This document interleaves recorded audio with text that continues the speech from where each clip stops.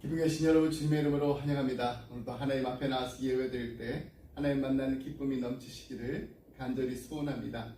자, 우리 조용히 기도하면서 하나님 앞으로 나아가겠습니다. 사랑하는 풍성하신 하나님 아버지 감사합니다. 오늘도 하나님 앞에 나와서 예배드립니다. 하나님의 얼굴을 간절히 바라며 하나님 앞에 나와서 예배드리는 사랑하는 하나님의 백성들, 하나님의 자녀들의 간절한 기도를 들응답하여 주시옵소서. 기쁨으로 감사함으로 찬송하며 예배드리는 우리의 심령에 하나님의 풍성한 은혜가 임하기를 간절히 소원합니다. 예배를 드리면서 우리의 몸이 정결하게 하시고 마음이 정결하게 하시고 생각이 정결하게 하셔서 하나님 앞에 온전히 드리는 하나님이 기뻐하시는 예배가 되게 하여 주시옵소서. 하나님 홀로 영광 받아 주시옵소서. 감사드리며 이 모든 말씀 예수의 이름으로 기도드립니다. 아멘. 찬송가 200장 달고 오묘한 그 말씀 찬양하시겠습니다.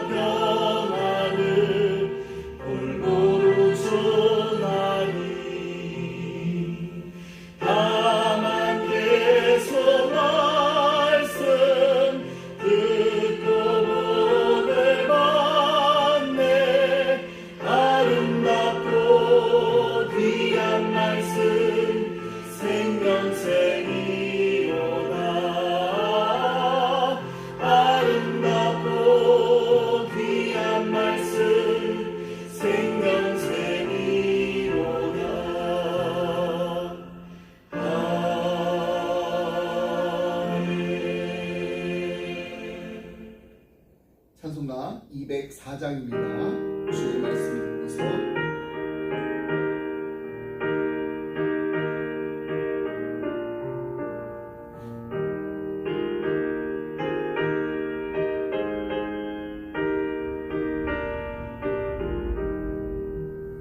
주의 말씀 듣고서 준행하는 자는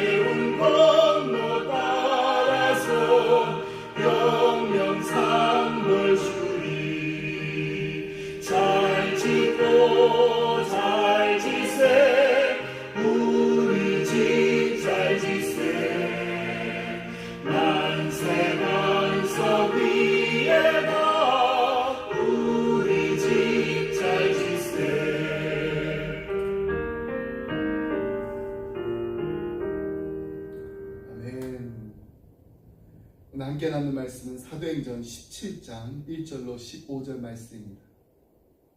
사도행전 17장 1절로 15절 말씀 함께 읽겠습니다. 그들이 암비볼리와 아볼로니아로 다녀가 데살로니가에 이르니 거기 유대인의 회당이 있는지라. 바울이 자기의 관례대로 그들에게로 들어가서 새 안식일에 성경을 가지고 강론하며 뜻을 풀어 그리스도가 해를 받고 죽은 자 가운데서 다시 살아나야 할 것을 증언하고 이르되 내가 너희에게 전하는 이 예수가 곧 그리스도라 하니 그 중에 어떤 사람 곧 경건한 헬라인의 큰 무리와 적지 않은 비부인도 권함을 받고 바울과 실라를 따르나 그러나 유대인들은 시기하여 저자의 어떤 불량한 사람들을 데리고 때를 지어 성을 소동하게 하여 야손의 집에 침입하여 그들을 백성에게 끌어내려고 찾았으나 발견하지 못함에 야손과 몇 형제들을 끌고 읍장들 앞에 가서 소리질러 이르되 천하를 어지럽게 하던 이 사람들이 여기도 이르매 야손이 그들을 맞아 들였도다. 이 사람들이 다 가이사의 명을 거역하여 말하되 다른 임금 곧 예수라 하는 이가 있다 하더이다 하니 무리와 읍장들이 이 말을 듣고 소동하여 야손과 그 나머지 사람들에게 보석금을 받고 놓아주니라. 밤에 형제들이 곧 바울과 실라를 베레아로 보내니 그들이 이르러 유대인의 회당에 들어가니라. 베레아에 있는 사람들은 데살로니가에 있는 사람들보다 더 너그러워서 간절한 마음으로 말씀을 받고 이것이 그러한가 하여 날마다 성경을 상고하므로 그 중에 믿는 사람이 많고 또 헬라의 귀부인과 남자가 적지 아니하나. 데살로니가에 있는 유대인들은 바울이 하나님의 말씀을 베레아에서도 전하는 줄 알고 거기도 가서 무리를 움직여 소동하게 하거늘 형제들이 곧 바울을 내보내어 바다까지 가게 하되 실라와 디모데는 아직 거기에 머물더라. 바울을 인도하는 사람들이 그를 데리고 아덴까지 이르러 그에게서 실라와 디모데를 자기에게로 속히 오게 하라는 명령을 받고 떠나니라. 아멘. 네, 오늘은 사도행전 17장에 등장하는 두 도시 데살로니가와 베레아를 통해 진리를 받아들이는 그 마음가짐과 또 그 중요성에 대해서 함께 말씀을 나누려고 합니다. 지도 한번 보겠습니다. 데살로니가와 이 베레아의 거리는 50마일 정도입니다. 그러니까 아주 이렇게 가까운 옆 동네는 아닙니다. 걸어서 한 3일 정도 걸리는 거리입니다. 자, 지도를 한번 다시 한번 설명해 드리겠습니다. 사도 바울의 2차 전도 여행 때 이 마게도냐의 가장 첫 성 빌립보에 가서 루디아를 만나게 되죠. 자주장사 루디아를 만나서 거기서 복음을 전하게 됩니다. 그리고서 이제 만나게 된 귀신들의 여종, 그 귀신을 내쫓았더니 그 주인들이 좋아하지 않습니다. 그래서 빌립보 감옥에 갇히게 됩니다. 자, 여기가 암비볼고 여기가 아볼로니아입니다. 자, 이게 이제 데살로니가가 여기 있고요. 데살로니가에서도 복음을 전하고 또 베레아에서도 이제 복음을 전했는데 가까운 거리가 아닙니다. 3일이나 걸어서 가야 되는 먼 거리입니다.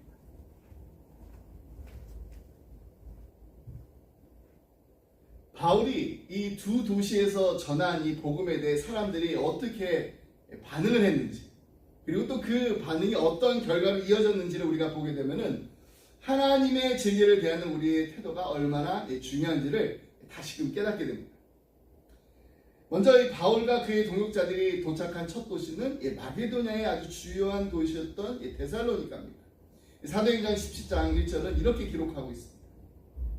그들이 암비볼리와 아볼로니아로 다녀가 데살로니가에 이르니 거기 유대인의 회당이 있는지라. 앞서 들렀던 이 빌립보 마게도냐의 가장 큰 도시였다면은 데살로니가는 수도이자 군사적으로 아주 중요한 요충지였습니다. 그리고 여기에는 유대인의 회당이 있었습니다. 바울이 이 회당에서 예수 그리스도의 고난과 십자가에서의 죽음 그리고 부활의 복음을 전하기 시작했습니다. 바울은 유대인들이 그 모인 곳에서 구약 성경을 펼쳐가며 예수님께서 우리의 죄를 위해 고난을 겪으시고 부활을 통해 영원한 생명의 소망을 보증하셨음을 증언했습니다. 3절 말씀 보겠습니다. 뜻을 풀어 그리스도가 해를 받고 죽은 자 가운데서 다시 살아날 것을 증언하고 이르되 내가 너희에게 전하는 이 예수가 곧 그리스도라 하니. 여기서 아주 중요한 표현이 있습니다. 뜻을 풀어라는 구절입니다. 헬라어로는 디아노이고라고 합니다. 이는 그냥 단순히 설명하는 것을 넘어서 닫혀있는 것을 이렇게 활짝 열어 보여주는 것을 의미합니다. 바울은 사람들이 이해하지 못했던 예수님의 고난과 부활의 그 깊은 의미를 깨닫게 하려고 노력했습니다. 예수님이 겪으신 그보다는 그냥 단순한 아픔이 아니라 우리의 죄를 위한 속죄의 죽음이며 예수님의 부활은 영원한 생명을 보증하는 사건이라는 것을 전했던 것입니다. 근데 예상과는 달리 데살로니가의 유대인들보다는 이방인들과 또 사회적으로 높은 신분의 여성들이 복음을 받아들였습니다. 그러나 유대인들은 이것을 시기하여서 바울과 실라를 비난하고 그들을 몰아내려고 했습니다. 결국 바울과 실라는 데살로니가를 떠날 수밖에 없었습니다. 밤에 형제들의 도움으로 이제 베레아로 이동하게 됩니다. 베레아에 도착한 이 바울과 실라는 다시 유대인의 회당을 찾아갑니다. 거기서 또 복음을 전했습니다.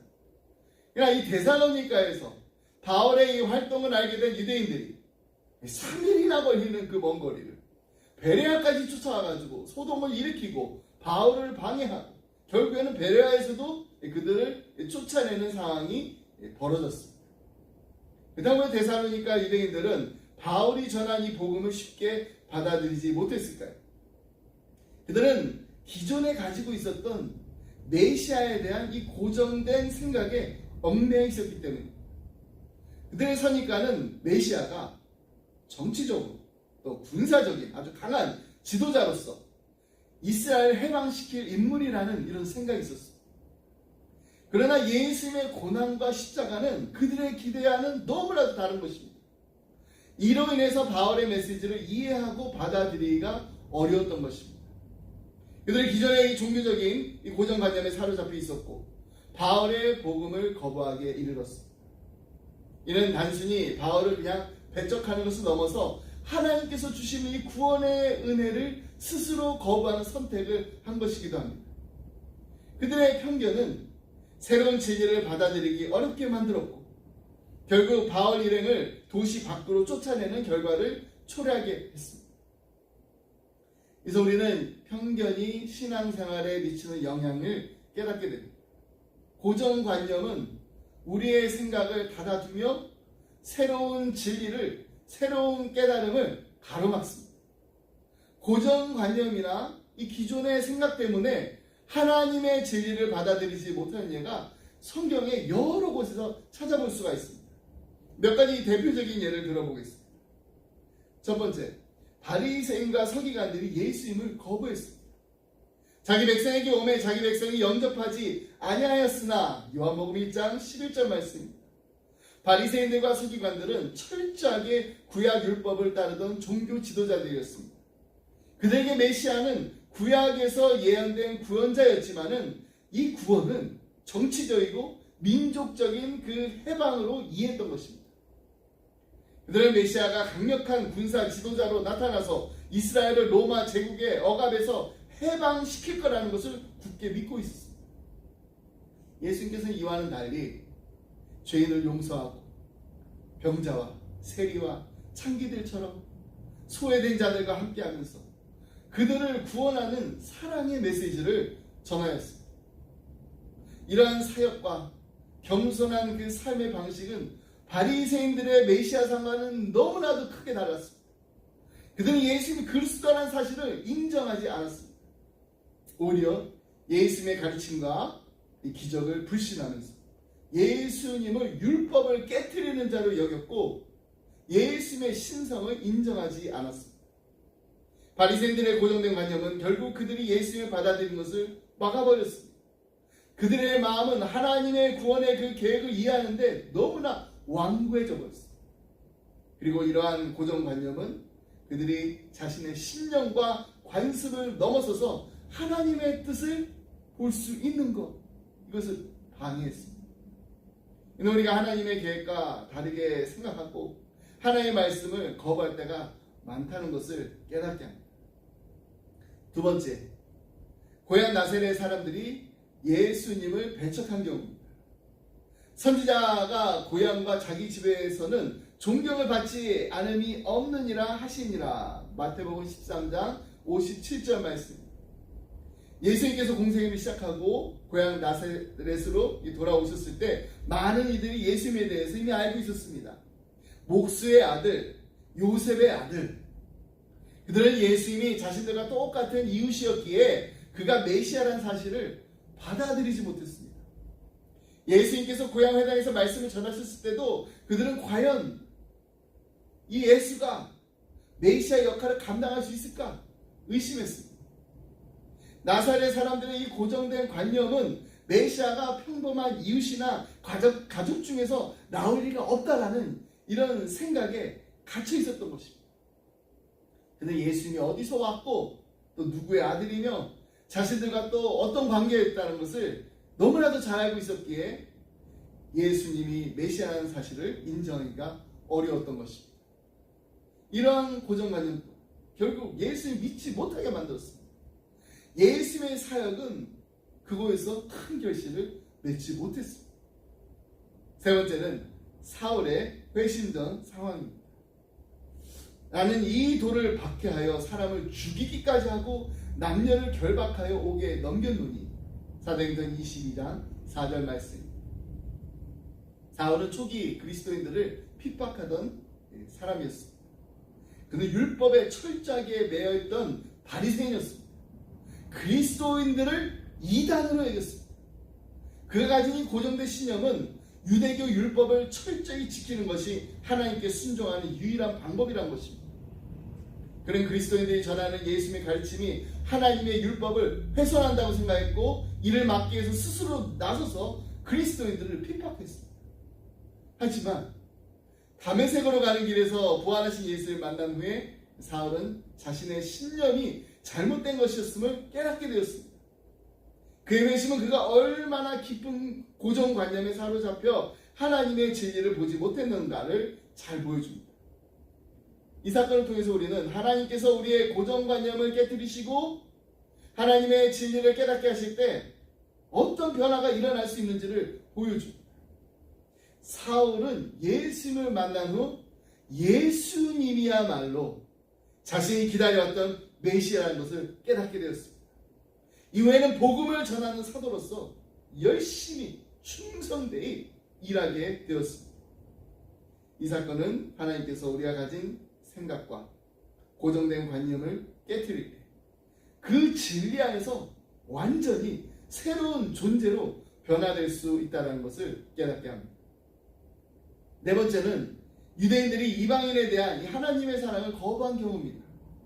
하나님께서 이방인에게도 생명 얻는 회개를 주셨도다.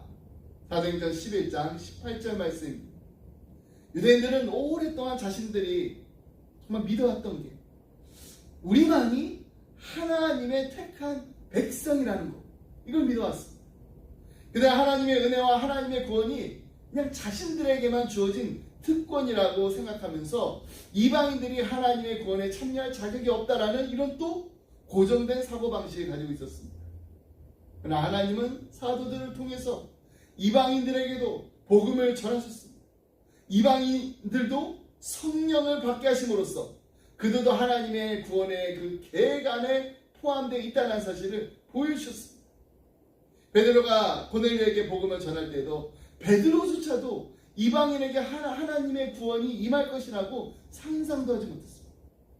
이처럼 이방인에 대한 편견과 선입관이 강했던 유대인들은 하나님의 구원이 모든 민족에 열려있다라는 이 진리를 받아들이기까지 오랜 시간이 걸렸습니다. 고정관념이 하나님의 진리를 받아들이는데 얼마나 큰 장벽이 될 수 있는지를 잘 보여주는 예입니다.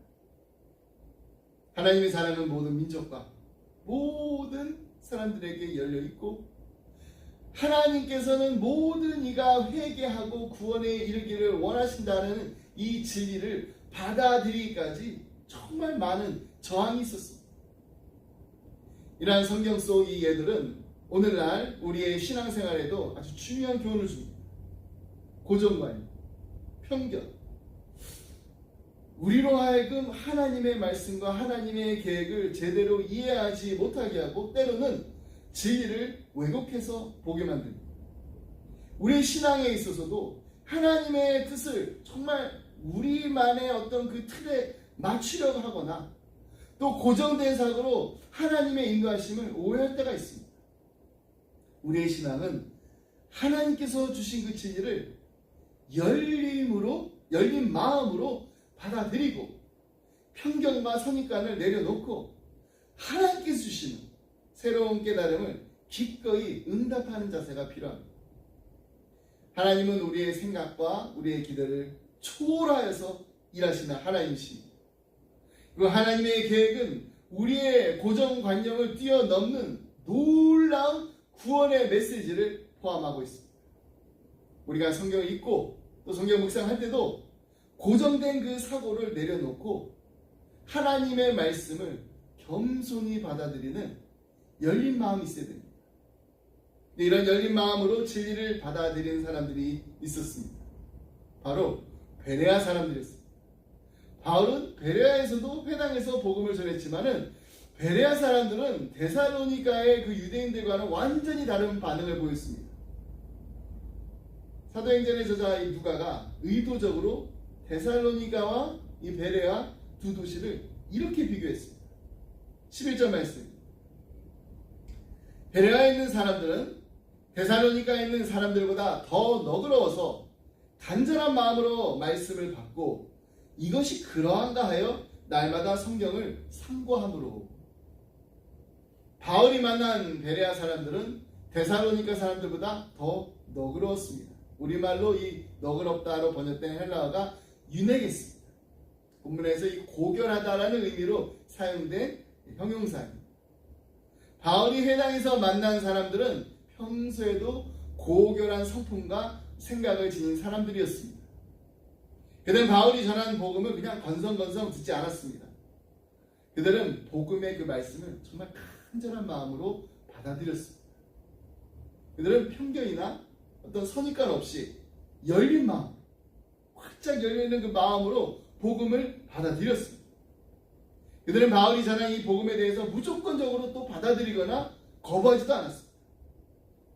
그들은요, 이 바울이 전한 이 복음을 듣고 그 정말 성경이 약속한 메시아에 관한 진리인가?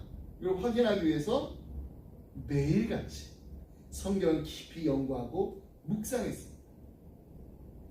여기서 이 상고하다라는 말은요, 그냥 단순히 그냥 생각해보는 거? 이게 아닙니다. 깊이 생각하고 고찰하는 것을 의미합니다.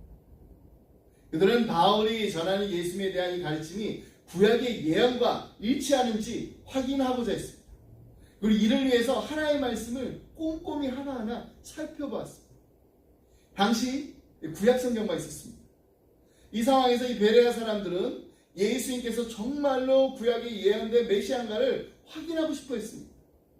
바울이 전한 예수님, 즉 인류의 죄값을 대신 치르기 위해서 고난을 받고 죽음을 맞이하셨다가 부활하신 그 예수님이 정말로 구약이 약속한 분이신지를 알아보고자 했던 것입니다.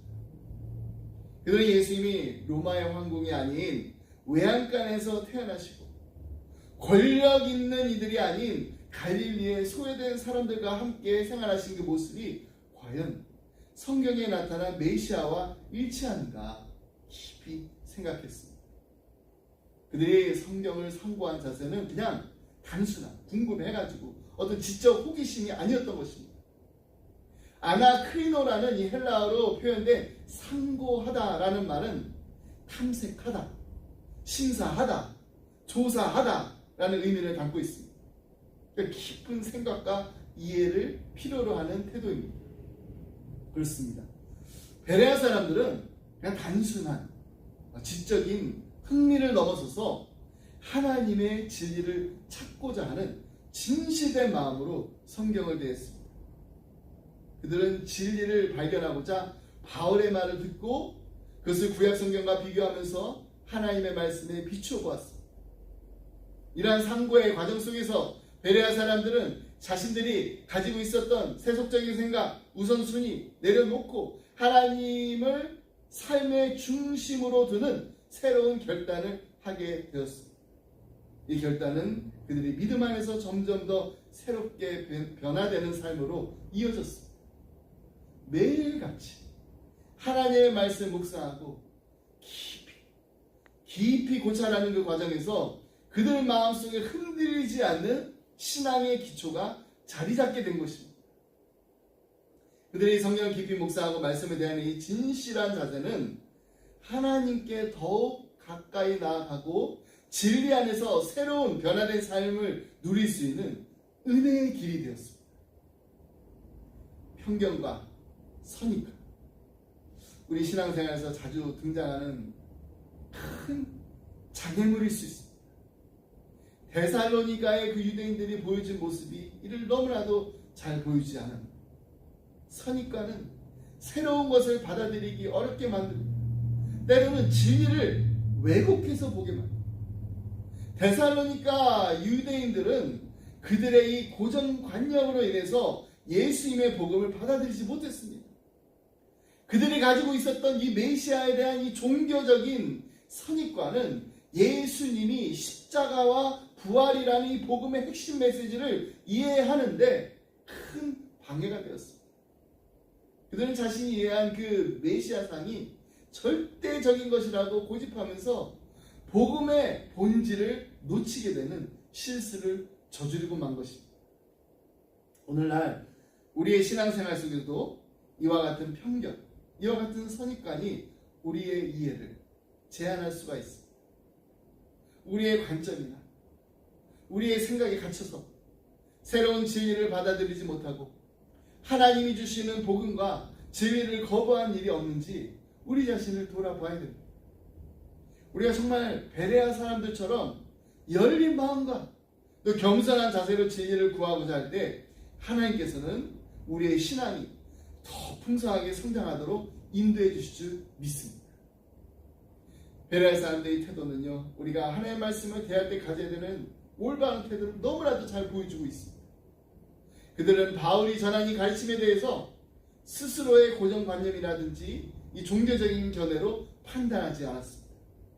오히려 성경을 통해 하나님의 뜻을 확인하고자 했습니다. 그 과정에서 진리의 참된 의미를 발견할 수 있었던 것입니다. 이러한 자세는 우리가 신앙 안에서 성장하고 진리를 깨닫는 데 있어서 필수적입니다. 우리 하나님 말씀 읽어야 됩니다. 상고해야 됩니다. 매일 읽어야 됩니다. 베레아 사람들은 진리 그 자체를 발견하고자 하는 이 갈망이 있었고 열정을 가지고서 성경을 연구했습니다. 그들은 하나님의 말씀이 진리라면 기꺼이 이를 받아들이겠다라는 마음을 가지고 있었습니다.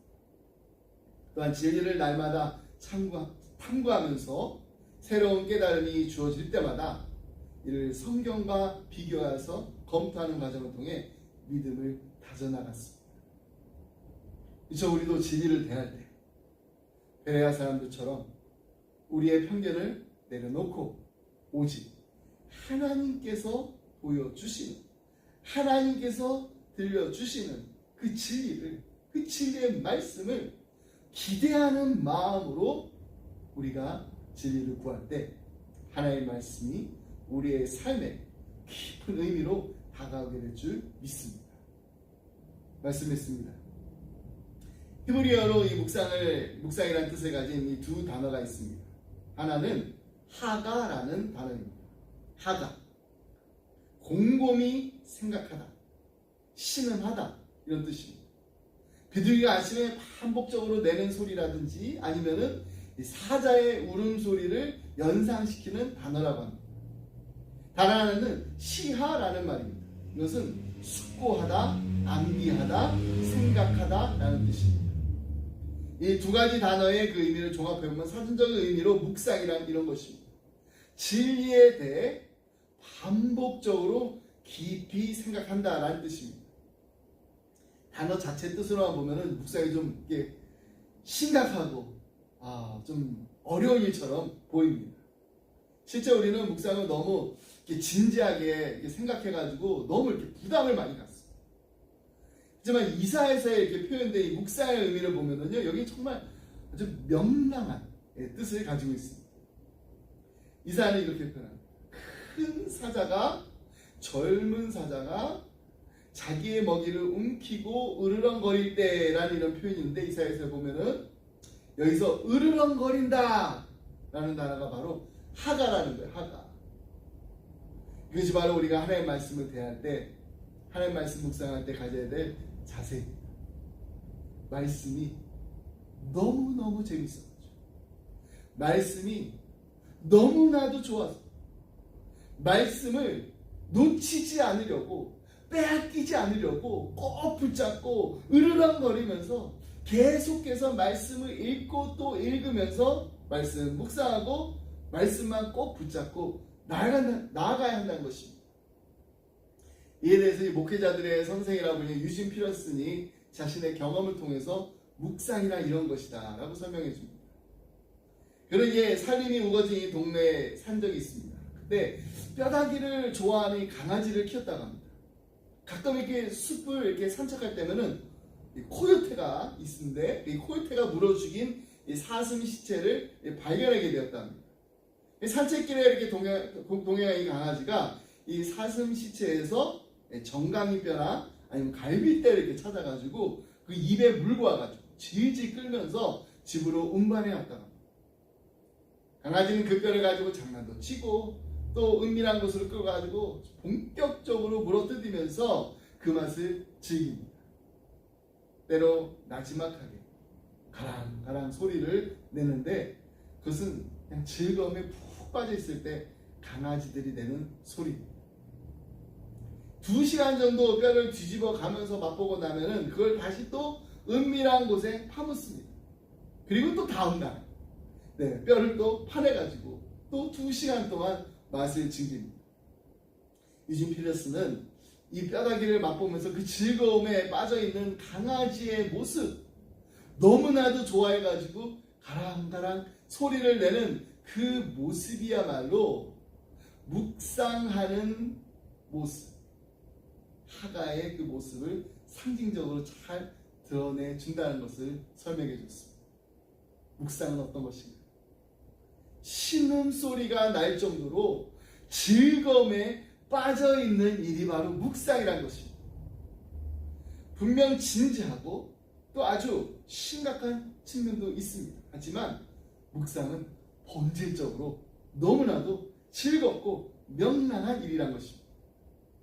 여러분 시편 말씀 보면은요, 말씀 묵상하는 것이 꿀보다 더 달다, 전리품을 나누는 일처럼 기쁘다, 이렇게까지 표현합니다.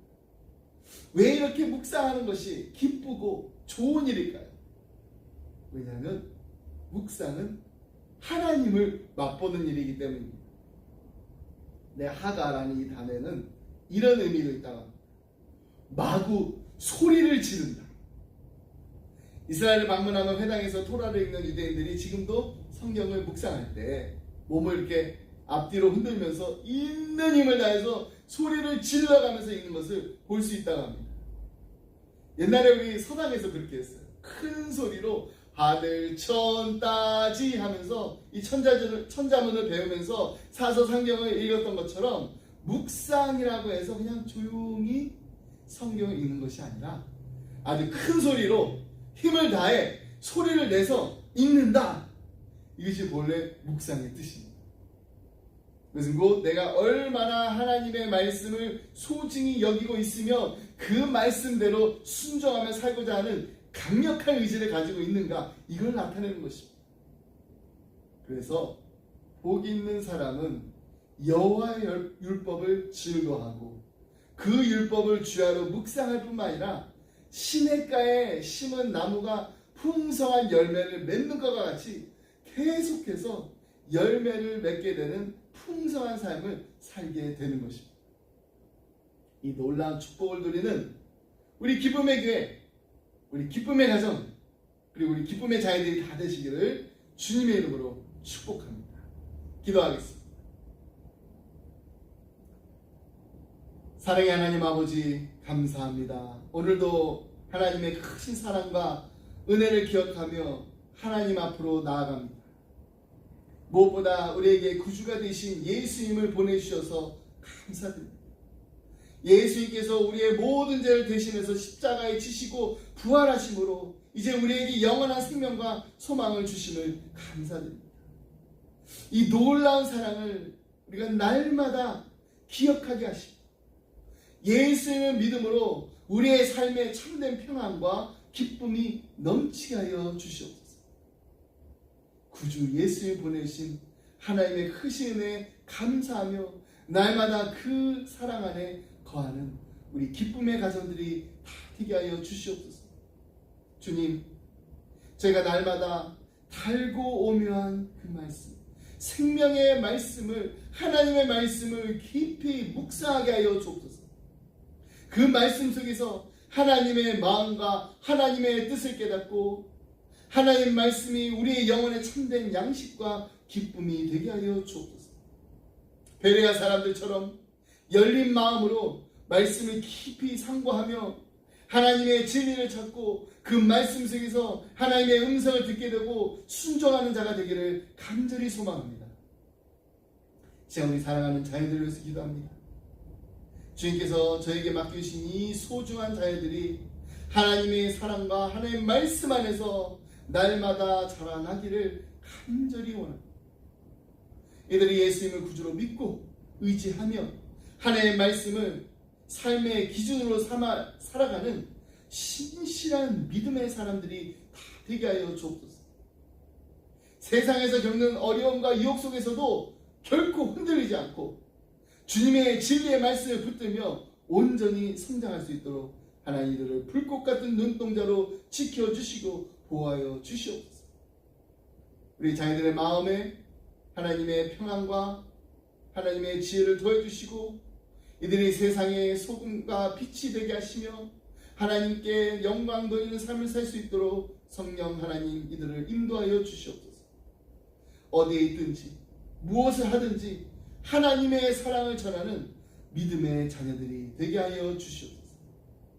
주님, 저희도 삶 속에서 혹시라도 편견이라든지 고정된 생각 때문에 하나님의 말씀을 온전히 받아들이지 못하는 것이 있다면 이 시간 하나님 우리의 마음의 문을 활짝 열어 주시옵소서.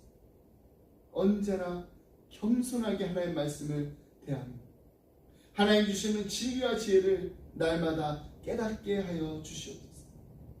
날마다 하나님의 말씀, 하나님께 주신 약속의 말씀 붙잡고 그 말씀을 통해 생명을 얻게 하시고 그 말씀이 우리를 인도하시는 대로 순종하며 나아가는 우리 기쁨의 가정들이 다 되게 하여 주시옵소서. 이 모든 말씀 우리 살아계신 예수 그리스도 이름으로 감사하며 기도드리옵나이다. 아멘.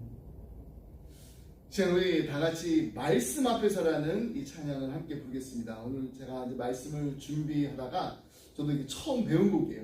근데 후렴 가사 이렇게 보니까 너무나 저에게 이렇게 도전이 되고 은혜가 됐습니다. 하나님 말씀에 두려워 떠는 자, 그 말씀에 생명을 거는 자, 생명을 거는 자, 한 사람을 찾으시는 주님의 약속을 믿어 하나님의 말씀에 운명을 거는 자, 순종하며 주 따라가는 자, 영원한 하나님의 나라 이뤄갈 주의 교회여 일어나라. 이 찬양 함께 부르시겠습니다.